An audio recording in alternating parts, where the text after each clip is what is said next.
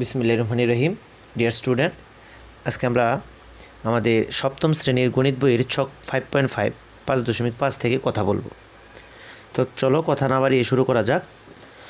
দেখো এখানে লেখা আছে এই যে 5.5 এই ছকটা আংশিক পূরণ করা হয়েছে। এই ফাঁকা ঘরগুলো কিংবা আংশিক পূর্ণ ঘরগুলো, এই যে ফাঁকা যে ঘরগুলো রয়েছে, হ্যাঁ, এই যে ফাঁকা ঘর অথবা আংশিক পূর্ণ, এই যে পূর্ণ করা রয়েছে কিছু, এই ঘরগুলোকে আমাদেরকে কি করতে বলেছে? সম্পূর্ণরূপে পূর্ণ করতে বলেছে। এখন আমরা এই ঘরগুলো পূর্ণ করব আমাদের গত ক্লাসের কনসেপ্টটাকে ব্যবহার করে। তো গত ক্লাসের বিষয়টা কি ছিল তোমাদেরকে আরেকটু মনে করিয়ে দেই, যে যদি পাওয়ারের উপর পাওয়ার থাকে তাহলে ডিরেক্ট কি করতে হবে? গুণ করে ফেলতে হবে, তাই না? এরকমটা ছিল। তো সেই কনসেপ্টকে ব্যবহার করে চলো আমরা এটা করে ফেলি। কী লেখা আছে দেখো তো। একজনের প্রাপ্ত ক্যান্ডির সংখ্যা 102 হবে না, এটা ভুল লিখেছে, এখানে হবে 10⁻0। কত হবে? 10⁻0। তো সামথিং টু দি পাওয়ার 0 এর মান তো 1, এই যে এখানে কিন্তু 1 রয়েছে। একজনের প্রাপ্ত ক্যান্ডির সংখ্যার গুণাকারটা এখন 10⁻0 হচ্ছে একজনের প্রথম দিন, দ্বিতীয় দিন হচ্ছে 10⁻1, তৃতীয় দিন 10⁻2, চতুর্থ দিন 10⁻3, পঞ্চম দিন 10⁻4। এইভাবে কিন্তু লেখা আছে, আশা করি দেখতে পাচ্ছ। হ্যাঁ, এরপরে একজনের প্রাপ্ত ক্যান্ডি সংখ্যা কীভাবে রয়েছে? 10⁻0 মানে তো 1, তো 1কে গুণাকারে তো এভাবে লেখা যায় 1। আর দ্বিতীয় দিন যে 10⁻1 মানে এখানে 10 তো একটি কি বোঝাচ্ছে, এই জন্য গুণাকারে লেখা মানে এই 10কে একবার লেখা। আর তৃতীয় দিন হচ্ছে 10 স্কোয়ার মানে 10 দুইবার আছে, এই জন্য 10কে দুইবার গুণাকারে লিখলাম। চতুর্থ দিন হচ্ছে 10 কিউব মানে 10 এখন কতবার লিখতে হবে? 3বার, যে একবার গুণ, দুইবার গুণ, 3বার। পঞ্চম দিন 10⁻4 মানে 10 কয়বার রয়েছে? 4বার, তাহলে লিখে ফেলো একবার, দুইবার, 3বার এবং 4বার, এই যে 4টি গুণাকারে লিখে ফেললাম। পরবর্তীতে এখানে কি বলেছে? দলের সকলের প্রাপ্ত ক্যান্ডি সংখ্যার গুণাকার। তোমরা যদি গত ক্লাসটা দেখে থাকো তাহলে বুঝতে পারবে আমাদের প্রত্যেক দলে লোক সংখ্যা ছিল 5 জন করে, তাই না? তাহলে এক একজন, এটা কিন্তু একজনের প্রাপ্ত ক্যান্ডি সংখ্যার গুণাকার। যদি একটি হয় তাহলে মোট তো 5 জন ছিল, এই জন্য এই 1 আমরা 5 বার গুণ করে দেব। এই যে 1 2 3 4 5 বার গুণ করে দেওয়া হয়েছে। এখানে এই 10টাকে 5 বার গুণ করা হয়েছে। এখানে এই 10 × 10 মানে কি 10-এর স্কোয়ার না, মানে 10 দুইটা না, এই যে এখানে যেটা লেখা আছে 10 স্কোয়ার, সেই 10 স্কোয়ারকে গুণ করতে হবে কতবার? 5 বার। এই যে 10 স্কোয়ার একটি, 10 স্কোয়ার দুইটি, 10 স্কোয়ার তিনটি, 10 স্কোয়ার চারটি এবং 10 স্কোয়ার 5টি। তো এখানে তারা আরেকটা বিষয় করেছে যেটা আমরা শিখেছিলাম কোনো এক ক্লাসে, যে যদি ভিত্তি একই হয় তাহলে গুণের সময় এই পাওয়ারগুলো জানি কি হবে? যোগ হবে। আর সেজন্য কিন্তু এখানে যোগ করে দিয়েছে, একটি 2, দুইটি 2, তিনটি 2, চারটি 2, 5টি 2, যেখানে 5টি 2 যোগ করে দিয়েছে, তাহলে হয়েছে 2 4 6 8 10। তার মানে 10-এর মাথায় 10, কিন্তু তারা ডিরেক্ট 10-এর মাথায় 10 লিখেনি। তারা যেভাবে কাজটা করেছে সেটা হচ্ছে এখানে 2 আছে 5টা, 2কে 5 বার গুণাকারে লিখেছে, একই কথা। আচ্ছা, তাহলে আমাদের হয়তো বা এগুলো পূরণ করতে হবে, চলো তো পূরণ করে ফেলি। এখানে এই যে 10 কিউব এটা কতবার লিখব? দলের সকলেরটা যেহেতু লিখতে বলেছে তাহলে 5 বার গুণ করে লিখব, লিখে ফেলো। 10 কিউব একটি, 10 কিউব দুইটি, 10 কিউব তিনটি, 10 কিউব চারটি এবং 10 কিউব 5টি, এই যে 5টি গুণাকারে লিখে ফেললাম। কেমন? আর এটা তো 10⁻4, এটাকেও 5টি গুণাকারে লিখে ফেলো। 10-এর মাথায় 4 একবার, 10-এর মাথায় 4 দুইবার, 10-এর মাথায় 4 3বার, 10-এর মাথায় 4 4বার এবং 10-এর মাথায় 5 5বার। আশা করি বিষয়টা বুঝতে পেরেছ। কেমন? এরপর এটা কি লেখা আছে দেখো তো, যে সূচকের সূচকীয় আকারের গুণফল। মানে এখানে যে 1 ছিল, এই যে সূচকটা তো এখানে ছিল, তাই না? যে 10⁻0, তো 10⁻0-র উপরে আমি 5 লিখেছি, কারণ এখানে 5টা 10⁻0 রয়েছে। এটাও 10�0, মানে সামথিং টু দি পাওয়ার 0 তো মানে 1। তাহলে যে 10⁻0 একটা, 10⁻0 দুইটা, 10⁻0 তিনটা, 10⁻0 চারটা, 10⁻0 5টা, এই জন্য লিখলাম 10⁻0-র উপরে 5। আর এগুলো কিন্তু দেখো 10-এর মাথায় কিছু নেই, মানে আসলে 1 রয়েছে। কত রয়েছে? 1 রয়েছে, এখানে 1 রয়েছে। তাহলে 10⁻1 একটি, 10⁻1 দুইটি বা 5টি আছে, এই যে 10⁻1 5টি লেখা হচ্ছে এখানে, ঠিক আছে? আর এইখানে 10 স্কোয়ার কয়টি আছে? 5টি না, এই জন্য আমরা লিখতে পারি 10-এর উপরে স্কোয়ার, এটা রয়েছে কতবার? 5 বার। আশা করি তোমরা বুঝতে পারছো। এরপরে 10 কিউব এখানে 5টি রয়েছে, এটাকে লিখতে পারি আমরা 10 কিউবের মাথায় 5। সিমিলারলি 10⁻4 এটাও রয়েছে কতগুলো? 5টি। That's it. এটা এই ছকটা কিন্তু আমরা কমপ্লিট করে ফেললাম, ঠিক আছে। এর পরবর্তী ছকটা কি বলেছে, এখন সবগুলো আসলে এই বেসিকের উপরে এই ছকগুলো মূলত দেওয়া আছে এখানে। ছক 5.6-এ কী বলেছে, ওই যে তোমার রুল। তো আমি তো আমার একটা রুল ধরে নিয়েছিলাম, তাই না? ধরো আমার রুল 15 আমি ধরে নিলাম। 15 যদি ধরে নেই তাহলে আমার এই রুলের শেষ অঙ্ক কত হচ্ছে, এই রুলের শেষ অঙ্ক হচ্ছে 5। এই যে এখানে 5 লিখে ফেললাম। এখানে নিয়মটা কি ছিল, গত ক্লাসগুলো যারা করেছো তারা বলতে পারবে, আর যদি করে না থাকো তাহলে আগে ওই ক্লাসটা করো, পরে এই ক্লাসটায় আসবা, ঠিক আছে।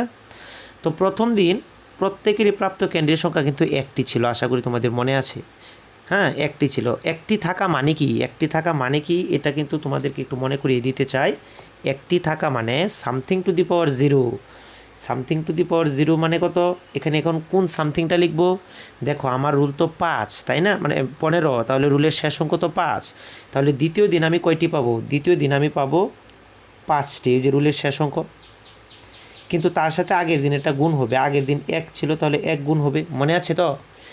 তৃতীয় দিন কীভাবে পাবো, এই যে আগের দিন যতগুলো পেয়েছিলে তার মানে 1 × 5। আচ্ছা, এখানে এই গুণফলটা তারা লিখতে বলেনি, এখানে বলেছে একজনের প্রাপ্ত ক্যান্ডির সংখ্যাটা, তাহলে গুণফলটা আমরা লিখবো এখানে। তাহলে এখানে লেখার দরকার নেই, আমরা এখানে গুণফলটা লিখছি না। দ্বিতীয় দিন হচ্ছে 5টি, আর প্রথম দিন যে একটি, তাহলে এটাকে কিভাবে লিখবা, এটাকে লিখবা 5 টু দি পাওয়ার 0। কেন আমি বলছি, কারণ তৃতীয় দিন হবে 5-এর মাথায় স্কোয়ার, চতুর্থ দিন হবে 5-এর মাথায় কিউব, পঞ্চম দিন হবে 5-এর মাথায় 4। তাহলে প্রথম দিন এটা আসলে কত ছিল বুঝতে পারছো, প্রথম দিন এটা ছিল 5-এর মাথায় 0। মানে এরকমটাই ছিল যে আমি মূলত চকলেট পেয়েছিলাম প্রথম দিন 5 two the power 0, that is 1। দ্বিতীয় দিন পেয়েছিলাম 5 two the power 1, that is 5। তৃতীয় দিন 5 স্কোয়ার হুইচ ইজ 25। চতুর্থ দিন 5 cube 125। And last of all 5 two the পাওয়ার 4, 5 × 5 × 5 × 5, এখানে সম্ভবত হবে 625, ঠিক আছে। আচ্ছা, এই যে এইভাবে মূলত আমরা পেয়েছিলাম, এটা একজনের, এটা কয়জনের, একজনের। এখন এই যে এখানে গুণাকারটা তারা এখানে লিখতে বলেছে, খেয়াল করো। তাহলে এখানে গুণাকারটা করব, গুণাকারটা কিভাবে হবে, প্রথম দিন যেহেতু একটি পেয়েছি এই জন্য একই লেখা থাকবে, কিন্তু দ্বিতীয় দিন আমি কিভাবে জানি পাবো, আগের দিন যতগুলো পেয়েছিলাম মানে একটি, এটার সাথে গুণ দিব এই যে যতগুলো এখন পাচ্ছি, 5 টু দি পাওয়ার 1 পাচ্ছি না, তো 5 টু দি পাওয়ার 1 মানে তো 5ই, এই জন্য আর 1টা লিখলাম না, 1 × 5 লিখে ফেললাম, ঠিক আছে। তৃতীয় দিন কতগুলো পাবো, এই যে আগে গত দিন যতগুলো পেয়েছিলাম মানে 1 × 5, এর সাথে আমার রুল নম্বরের শেষ অঙ্ক দ্যাট ইজ 5, এটা গুণ করে দেবো, ঠিক আছে। তো চতুর্থ দিন কি হবে, এখানে যতগুলো পেয়েছিলাম মানে 1 × 5 × 5, এর সাথে আমার রুলের শেষ নাম্বার 5, সেটা গুণ করে দেব। আর পঞ্চম দিন এখানে যতগুলো পেয়েছি 1 × 5 × 5 × 5, এটার সাথে রুলের শেষ অঙ্ক 5 গুণ করে দেব, বুঝতে পারলা। তো দলের সকলের প্রাপ্ত ক্যান্ডি সংখ্যার গুণফল কত হবে। এখন দলের সকলে কতজন ছিল, সকলে তো ছিল 5 জন, তার মানে আমার এখন গুণ করতে হবে। কি গুণ করব, এই যে এখানে যে একটি পেয়েছিলাম সেই 1 গুণ করব 5টি। আমি যদি আরও একটি কালি নিয়ে নিই তোমাদের সুবিধার্থে, এখানে আমরা গুণ করব দলের সকল প্রাপ্ত ক্যান্ডি 5টি যেহেতু, তাহলে যে 1টি 2টি 3টি 4টি 5টি, ঠিক না। এরপরে দ্বিতীয় দিন কিন্তু 5 টু দি পাওয়ার 1 মানে 5, এটা গুণ করব 5 বার, কারণ 5 জন ছিল, 1 2 3 4 এবং 5। আশা করি তোমরা বুঝতে পারছো। হ্যাঁ, এরপরে তৃতীয় দিন আমরা 5 স্কোয়ার পেয়েছিলাম, তাহলে 5 স্কোয়ার গুণ হবে কয়টি, যে 1টি 2টি 3টি 4টি এবং 5টি। চতুর্থ দিন আশা করি এখন তোমরা বুঝে গিয়েছো, এখানে হবে 5 cube × 5 cube × 5 cube × 5 cube × 5 cube, আর এটা তোমরা পূরণ করে নেবে, এখানে হবে 5 two the power 4 × 5 two the পাওয়ার 4 × 5 বার গুণ হবে। তো এই সূচকীয় আকারে যদি আমরা গুণফলটাকে প্রকাশ করি তাহলে কিভাবে হবে, আমি একটু উল্টো দিক দিকে করলে হয়তো বা তোমাদের বুঝতে সুবিধা হবে।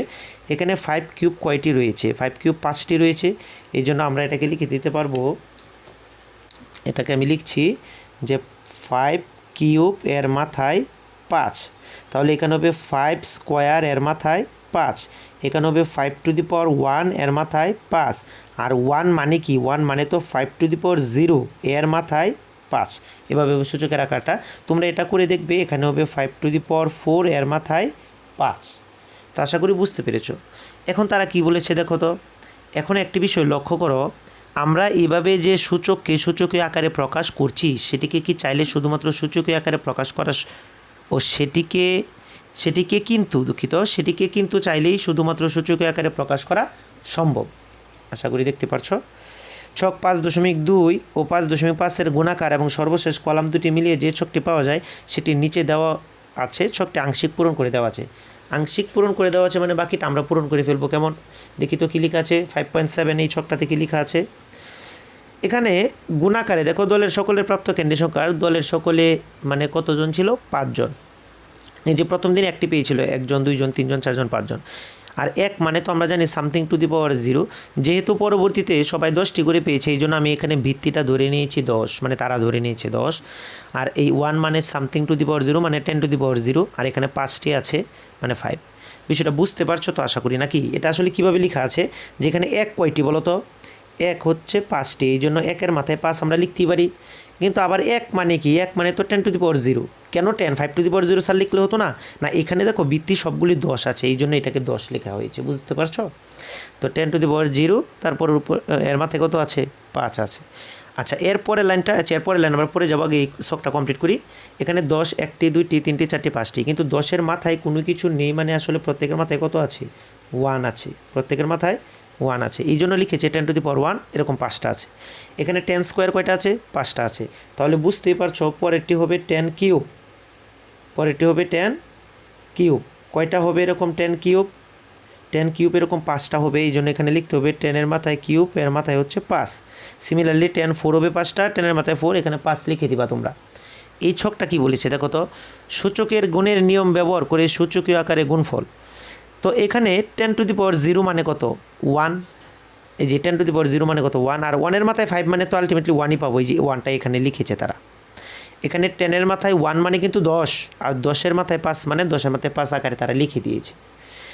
10-এর মাথায় 2, এর উপরে 5 আছে, তাহলে পাওয়ারের উপরে পাওয়ার। এই যে এভাবে আমরা চিন্তা করতে পারি। এটা কীভাবে হয়েছে একটু দেখো, আর একটু চিন্তা করাই। 5-এর শূন্য কত হয়? 0। আর 10 টু দি পাওয়ার 0, এই যে 5-এর শূন্য 0, তারপরে 10-এর মাথায় 0 মানে 1।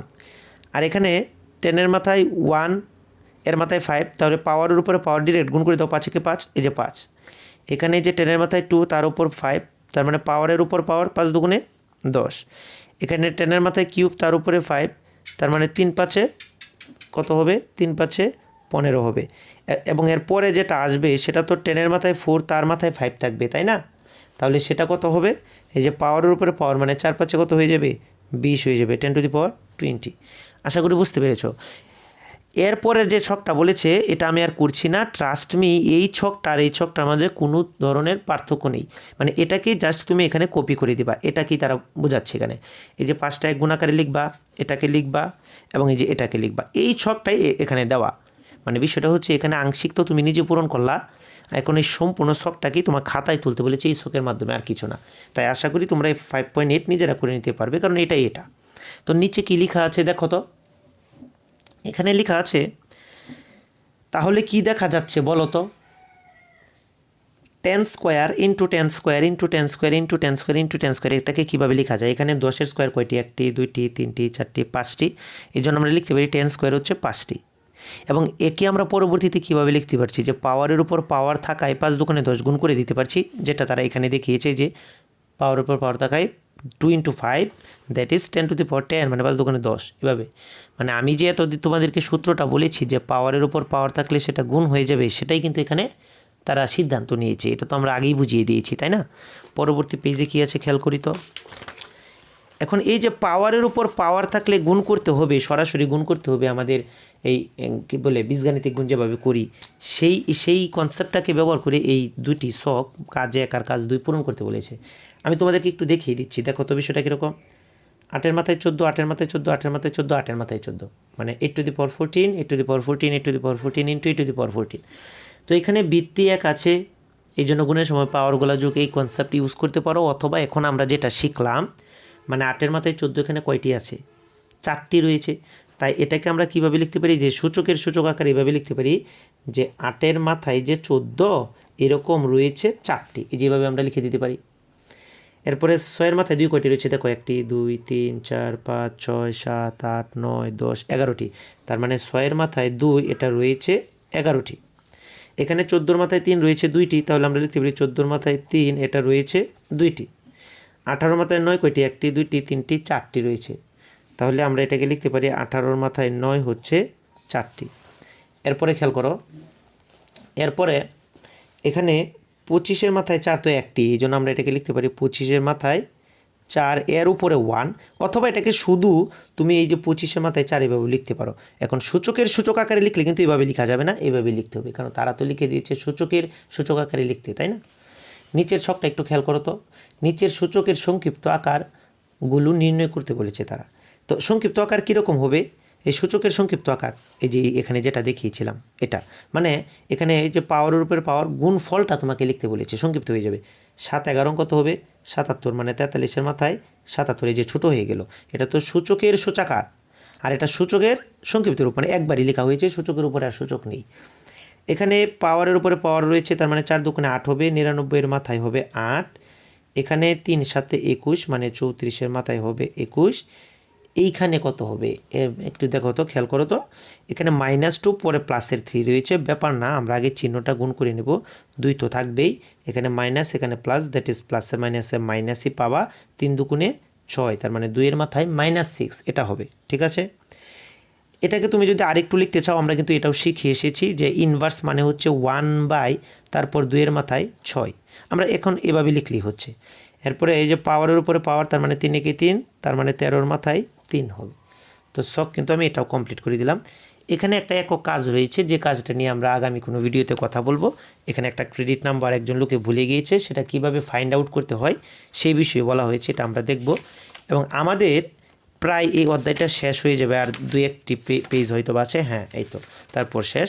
পরবর্তীতে আমরা নতুন চ্যাপ্টারে আস্তে আস্তে চলে যাব। তো আমাদের ভিডিওগুলো আসলে তোমাদের কেমন লাগছে সেটা কিন্তু কমেন্ট করে জানাতে ভুলবে না। আর যদি তোমাদের কোনো রিকমেন্ডেশান থেকে থাকে, কোনো প্রবলেম, কোথাও ডিফিকাল্টিস থেকে থাকে, তাহলে অবশ্যই সেটা আমাদেরকে অবগত করবে, আমরা চেষ্টা করব সে প্রবলেমগুলো সলভ করে দেওয়া। তো আজকে আর কথা বাড়াচ্ছি না, আজকের ক্লাসটি এখানেই থাকবে। সকলের সুস্বাস্থ্য কামনা করে আজকের ক্লাসটি আমি এখানেই শেষ করছি। আসসালামু আলাইকুম।